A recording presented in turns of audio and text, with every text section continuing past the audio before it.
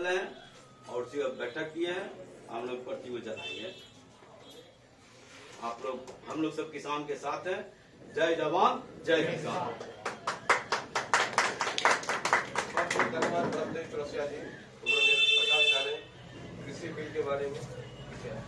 हमारे बीच कुछ प्रभार छात्र भी किशन कुमार आपका नाम है, आप अभी पढ़ाई भी कर रहे हैं। संक्षिप्त में 2 मिनट में आप कृषि बिल के बारे में, जो क्यों है या किसान विरोधी या देश विरोधी, इसके बारे में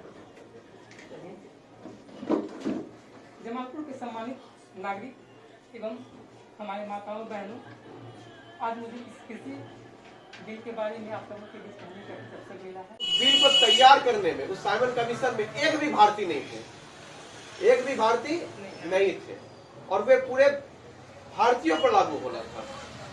ठीक है, बाद में नेहरू रिपोर्ट आई उस साइमन कमीशन के विरोध में। नेहरू रिपोर्ट को स्वीकार करने के बाद 1935 में भारतीय संविधान अधिनियम को भारत में लागू किया गया और 1937 में पहली बार प्रांतीय शासन आई थी पूरे भारत में, अलग अलग, है ना।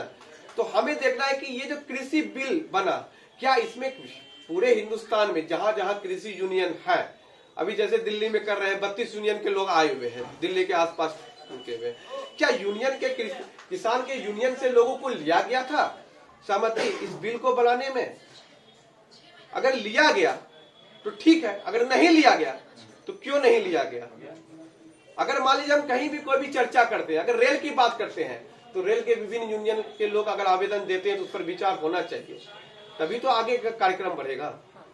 तो वास्तव में ये कृषि बिल कैसे है किसान के विरोध में, देश के विरोध में? ठीक है, हम चाहेंगे कि आज की जो परिचर्चा होनी है, अभी हम लोगों का आधा घंटा का परिचर्चा होना है, इस पर सबसे पहले हम चाहेंगे कि हमारे कांग्रेस सेवा दल के जो महामंत्री हैं बलदेव चौरसिया जी इस पर थोड़ा प्रकाश देंगे। शुरू में यह जरूर कहा गया ये कृषक आंदोलन को कमजोर करने के लिए कि यह सिर्फ पंजाबी का आंदोलन है, यह अलगाववादियों का, ये जरूर कहा गया, लेकिन नहीं, ये किसान की समस्या पूरे भारत की है और पूरे भारतीय लोग किसान से जुड़े हुए हैं। ये पूरे हिंदुस्तान की अखंड समस्या है। भाजपा के लोगों ने जो अभी सरकार में बैठे हुए हैं, आरएसएस के द्वारा संचालित होते हैं।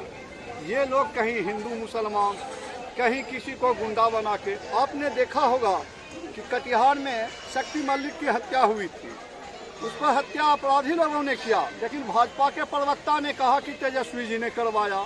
तो ये इस तरह से जो लोग सामाजिक स्तर के काम करते हैं उनको किसी न किसी रूप में भाजपा वाले लोग बदनाम करते हैं। किसानों की सही मुद्दा है, आज जो है किसान सड़क पर है, इसका कारण है उसको उचित मूल्य नहीं मिल रहा है, उचित मूल्य न देकर ये प्राइवेट घरानों को दे रहा है। इसलिए हम किसानों के साथ हैं और भाजपा वाले के लोग जो कह रहे हैं वह एक अफवाह है, लोगों को गुमराह करने की साजिश है।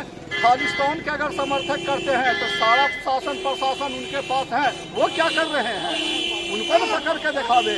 आज चारों ओर जम्मू तवी में हमारे जवान मारे जा रहे हैं, आज तो उन्हीं के हाथ में शासन है, क्या कर रहे हैं इसका जवाब देना वो।